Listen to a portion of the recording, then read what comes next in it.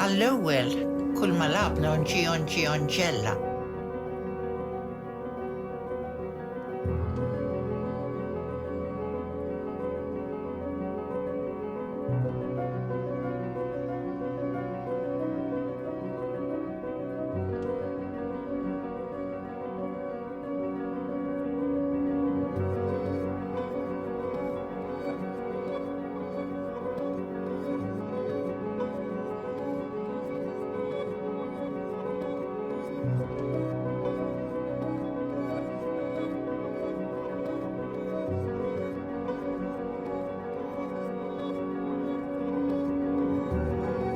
U wara ftit fit Dawra Durella.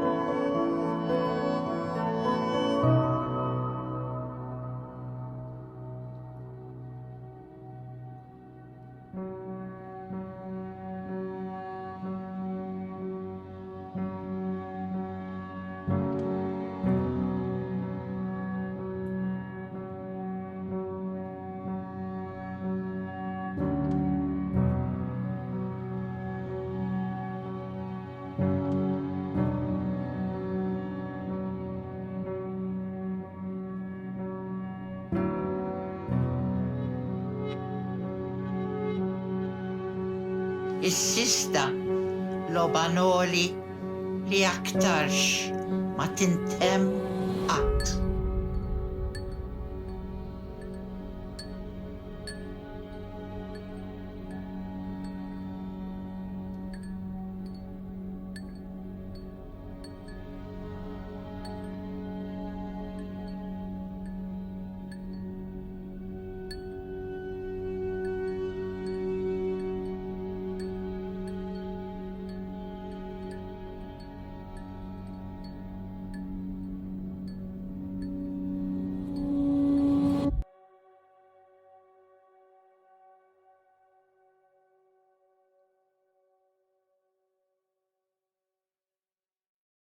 Kien hemm min qalli għax ma semmix il-poeżija l-ob ta' tfal biex anki t-titlu tkun metafora, Imma jien ħsibt jekk insemmija lob ta' tfal ħafna nies ma jindunawx b'dak li rrid ngħid.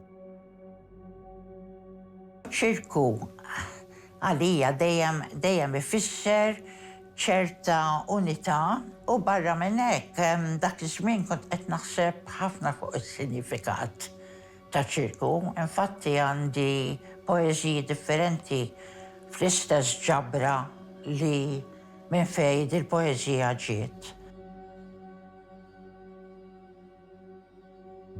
Poeżija pubblikajta fl-ewwel ġabra tiegħi li ħarġet fil-1999, però kont ilu li ktibta.